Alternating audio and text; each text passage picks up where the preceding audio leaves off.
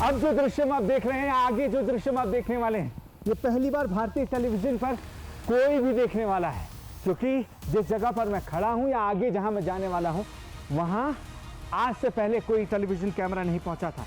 यहां सिर्फ TV9 भारतवर्ष की 3 दृश्य पहुंची हुई है। मेरे पीछे ये आप गोल आकृति देख रहे हैं, जिसमें बीच से एक पानी की धार बह रही है। दरअसल ये चंद्रनुमा आकृति है। माना यह जाता है कि जिस तरीके से चंद्रमा अपना रूप धारण करते हैं, उसी तरीके से ये कुंड भी रूप धारण करता जाता है। ये चंद्र कुंड है।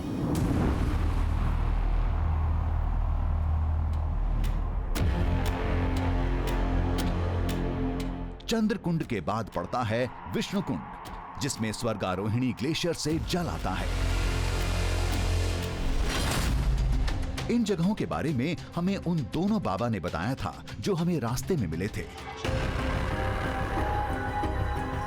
विष्णुकुंड के आगे है गरुण चट्टी, यानी वो जगह जहां पर युधिष्ठिर की अंतिम परीक्षा हुई थी।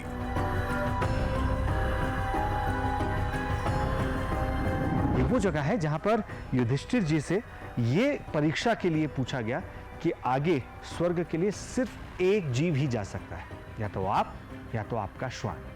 और उस समय युधिष्ठिर जी ने कहा कि चूंकि मैं जब इस रास्ते पर निकला तो मेरे सारे भाई मेरा साथ छोड़ दिए, मेरी धर्मपत्नी ने मेरा साथ छोड़ दिया, सिर्फ इस श्वान ने इस पूरे रास्ते में मौत का सामना करते हुए मेरा साथ दिया है। इसलिए धर्म के लिहाज से जरूरी है कि आप इस श्वान को अपने साथ स्वर्ग ले जाएं। और यही परीक्षा थी युधिष्ठिर जी की, क्योंकि इसके बाद स्वर्ग का रास्ता श्वान और युधिष्ठिर दोनों के लिए खुल गया। यहां पहुंचकर हमें भी यही महसूस हुआ। रास्ता बिल्कुल साफ है और यहीं हम कुदरत को समझने से चूक गए। आगे पत्थरों का समंदर था और इस पर चलकर जाना था। रास्ता क्या है?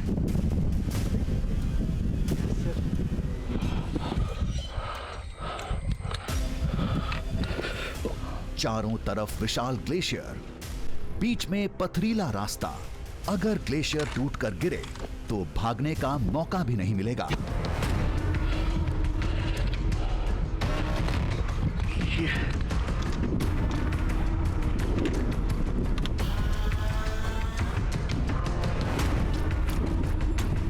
ठीक हो? हाँ, पैर संभल के रखना। हाँ। न जाने कौन सी चट्टान कब खिसक जाए, गिरने पर पैर टूट सकते थे।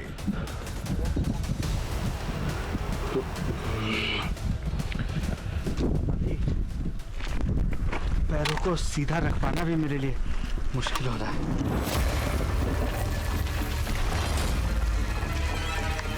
आखिर वही हुआ जिसका डर था। घाटी में ग्लेशियर टूटने की तेज आवाज गूंजी।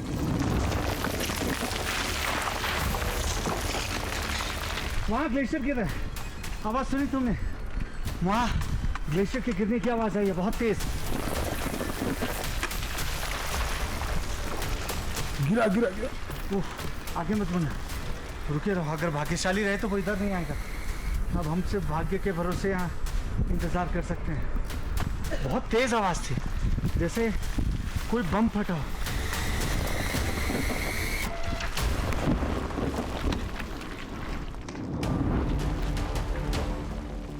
हर दिशा से आवाज आ रही थी, लेकिन कुछ दिख नहीं रहा था। कुछ देर बेबस खड़े रहे।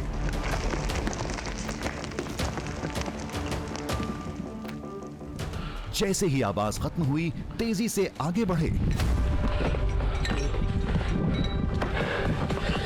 लेकिन कहां जाते? खतरा केवल आसमान में नहीं, कदमों के नीचे भी था।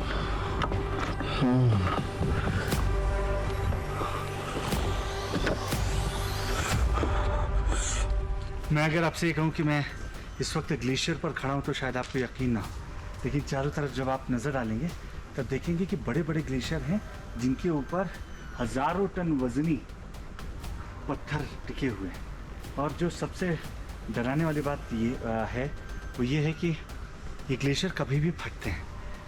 हम जब चल रहे हैं तो हमें आसपास से लगातार ग्लेशियर के फटने की आवाज़ आ रही है। देखिए वो फट गई, देखा ग्लेशियर के फटने की आवाज़ है।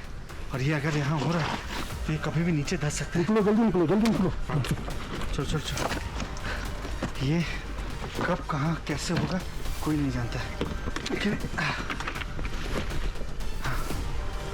नहीं इस साइड से नहीं, उधर से चलो जहाँ ज़्यादा स्ट्रॉन्ग दिख रहा है।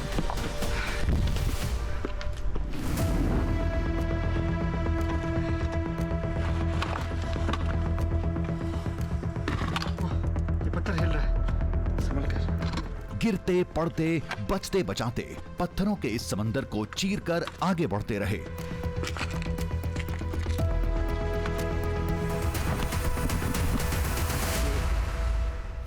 इस तरह हम स्वर्गारोहिणी ग्लेशियर के काफी करीब पहुंच गए, जिसमें स्वर्ग की सीढ़ी के अवशेष होने का दावा किया जाता है।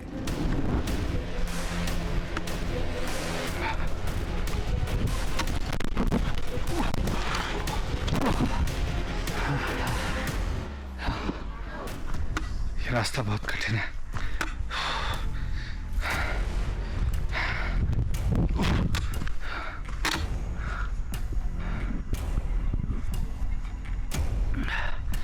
दोनों तरफ खाई है, बीच में ये पतला रास्ता आपको तय करना है। भारतीय टेलीविजन के इतिहास में पहली बार कोई कैमरा इस दृश्यम को कैद कर रहा था। हम सतोपंथ से 6 किलोमीटर आगे थे, उस पगडंडी पर दावे के मुताबिक जिस पर चलकर युधिष्ठिर और उनका स्वान स्वर्ग पहुंचे थे। मौसम की लुकाछिपी के बीच कुछ देर बाद हम स्वर्गारोहिणी ग्लेशियर में थे। ये ग्लेशियर जो हमें नजर आ रहा है, ये स्वर्गारोहिणी ग्लेशियर ही है। हालांकि अभी ऊपर का कोई भी दृश्य हम आपको नहीं दिखा पा रहे हैं। वजह कोहरे का होना है, बादलों का होना है।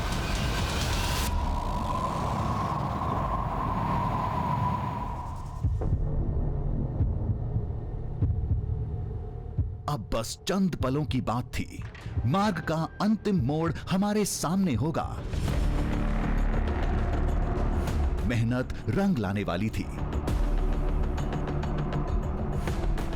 मेरे ठीक सामने स्वर्गारोहिणी है और मैं कोशिश कर रहा हूँ कि मैं उसके तल तक पहुँच सकूँ।